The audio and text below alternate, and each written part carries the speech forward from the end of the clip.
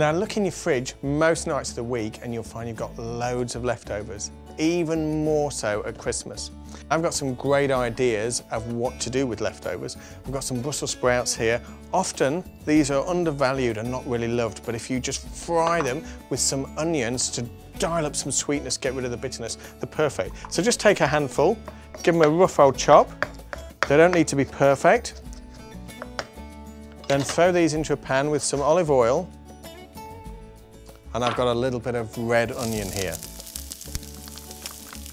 Now the thing with leftovers is that they really can be absolutely delicious the second time around. So if you're cooking leftovers, the secret is to add some of your favourite ingredients. So if you like garlic, for example, or chilli, they work really, really well with leftovers. Or just add in whatever is your favourite herbs or spices. Okay, so we're going to throw those in and just give that a minute or two to brown off. Now, as you know, most Bubble and Squeak contains cabbage, but I'm throwing in whatever I've got.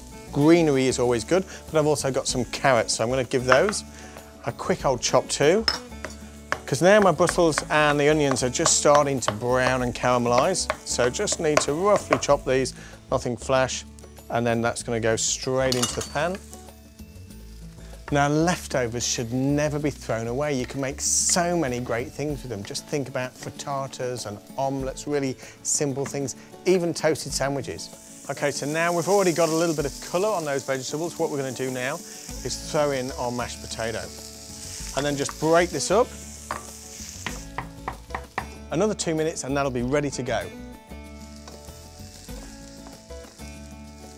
Now the secret to a really great Bubble and Squeak is to make sure you get some nice brown crunchy bits on the potato, just like this one here. So you leave that in the pan, you let it crisp so it really intensifies the flavour and it gives you great texture, because that's what cooking is all about, is creating great textures. In fact, that's too good, I want to eat that one.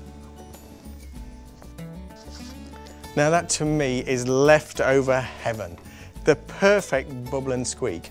But if you want to make yours a little bit more flash, form them into pâtés like this, fry them off, and then that's perfect with the chicken, turkey, whatever else you've got left. Now for me, I don't know whether it could be my background growing up in England, but Bubble and Squeak with Branston pickle is just to die for.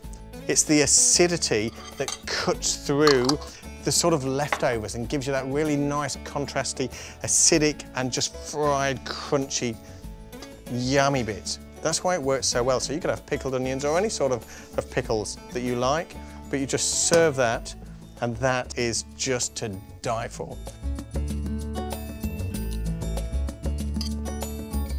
Yum.